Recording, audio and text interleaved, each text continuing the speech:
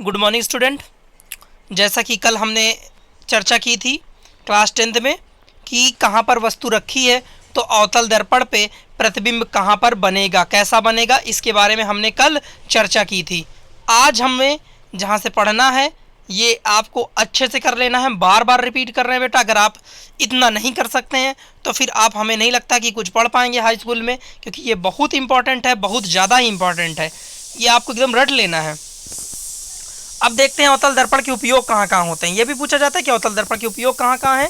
तो अवतल दर्पण के उपयोग सामान्यतः टार्च, सर्च लाइट तथा वाहनों की हेडलाइट में प्रकाश का शक्तिशाली समांतर किरण पुंज प्राप्त करने के लिए किया जाता है।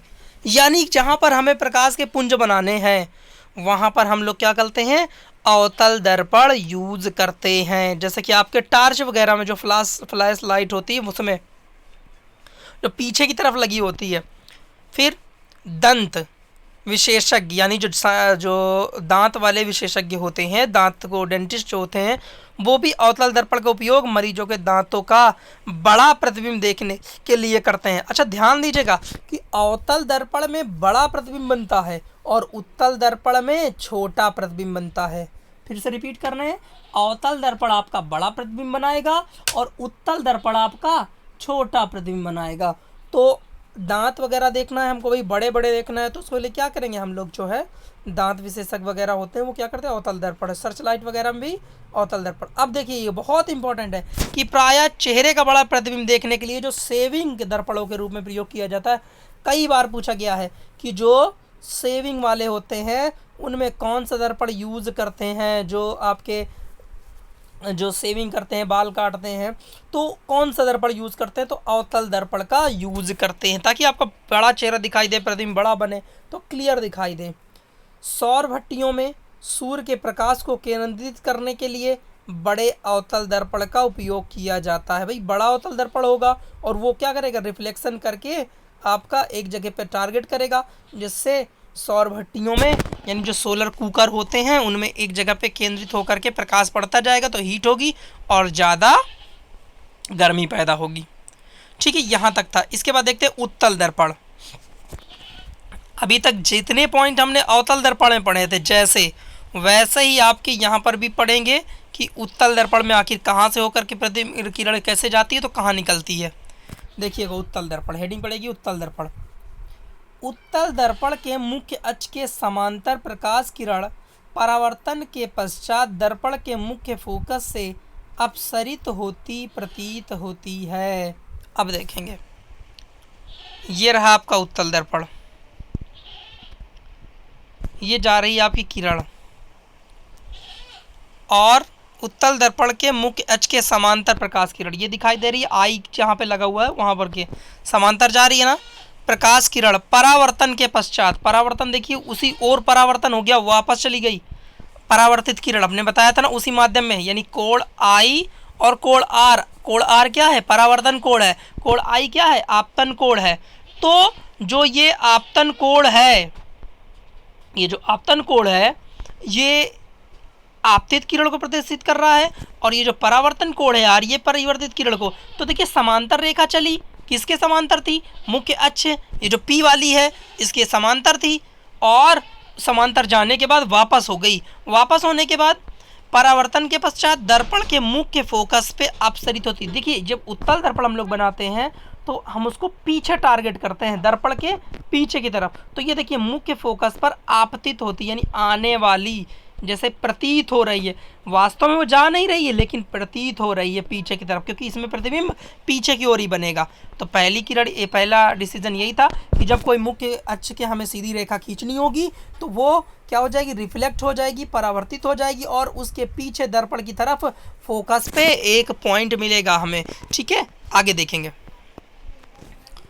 उत्तल दर्पण के मुख्य फोकस से गुजरने वाला किरण परावर्तन के पश्चात मुख्य अक्ष के समांतर निकलेगा। अगर उत्तल दर्पण के मुख्य फोकस से गुजरने वाली किरण, अब ये कहाँ पर है, मुख्य फोकस से गुजरने वाली किरण, मुख्य फोकस कहाँ है, उसे होकर मुख्य फोकस से गुजरने वाली किरण परावर्तन के पश्चात मुख्य अक्ष के समांतर निकलेगी। अब देखेंगे ये आ रही है, कहाँ आ रही है, दिखाई दे रही है, आर आ रही है। आर आने के बाद जैसे देखो इसका उल्टा है कि अगर हमने यहाँ पर समांतर लाए थे तो फोकस से होते हुए निकल गई थी। फोकस तो इधर पीछे बन रहा था लेकिन फोकस के ऊपर की ओर से निकल गई थी। इसी प्रकार से जो आपकी ये वाली है इसमें क्या होगा, उल्टा कर दिया हमने कि फोकस मुख्य फोकस से गुजरने वाला। देखिए यहाँ फोकस अभी तक अवतल दर्पण होता था तो फोकस इधर ही रहता था, अब फोकस दर्पण के पीछे रहेगा, केवल हमें आभास होगा कि फोकस के साथ आ रही है।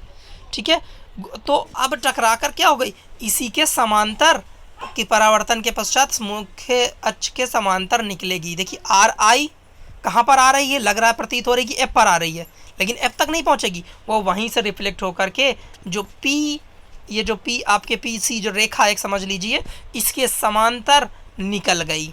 तो बिल्कुल एक दूसरे के जैसे ही है कि यदि कोई समांतर रेखा थी तो वो रिफ्लेक्ट होकर के मुख्य फोकस में प्रतीत होती है और मुख्य फोकस के समांतर निकल जाती है, मुख्य फोकस के अपसरित होकर के निकल जाती है।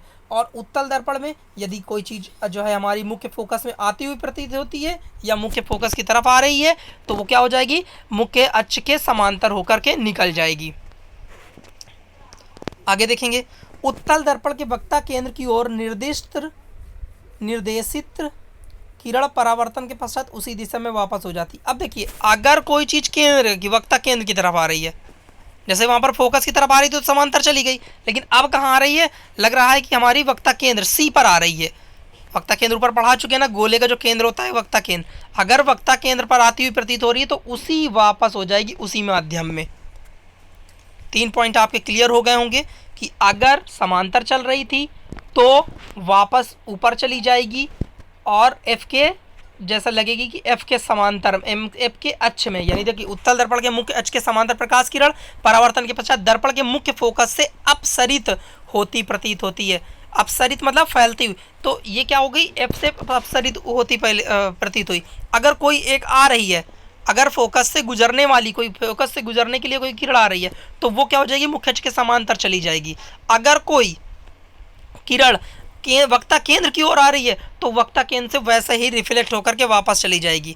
देखिए बेटा ये एक किरण के लिए है, फिर से आपको हम रिपीट कर रहे हैं, ये आप समझने की कोशिश करें कि हम लोग आगे कहीं पर प्रतिबिंब बनाना है तो कैसा बनेगा, किधर जाके बनेगा। इसके लिए हम लोग 2 किरणें लेकर के एक्सपेरिमेंट कर रहे हैं। यहाँ पर केवल 2 किरणें, ऐसे प्रकाश में बहुत सारी किरणें होती, सब चलती हैं, लेकिन वो किसी न किसी एंगल पे जब शीशे पड़ती हैं तो कोई ना कोई एंगल मुड़ने का होता है।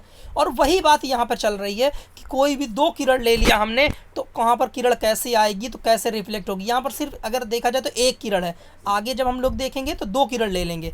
तो यहाँ पर कोई किरण कैसे आती है, कैसे रिफ्लेक्ट होती है, कैसी हो जाती है, सीधी हो जाती है कि टेढ़ी हो जाती है, इन सब पे चर्चा कर रहे हैं। तो अभी तक कैसी, अगर उत्तल दर्पण पे कोई सीधी रेखा पड़ रही है, मुख्य अक्ष के समांतर कोई किरण आई है तो वो रिफ्लेक्ट होकर के फोकस में प्रतीत होती हुई वापस हो जाएगी। इसी के प्रकार अगर कोई फोकस पे आती हुई प्रतीत हो रही है तो मुख्य अक्ष के समांतर हो जाएगी। अगर कोई वक्ता केंद्र पर आ रही है किरण तो वक्ता केंद्र से उसी प्रकार वापस हो जाएगी।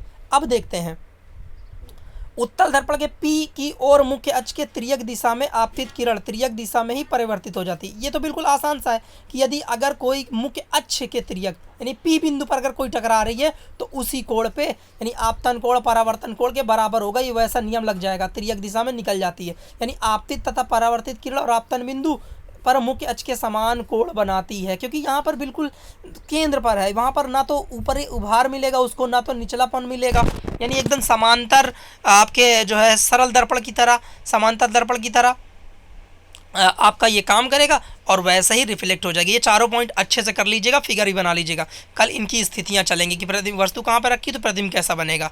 चलिए, थैंक यू।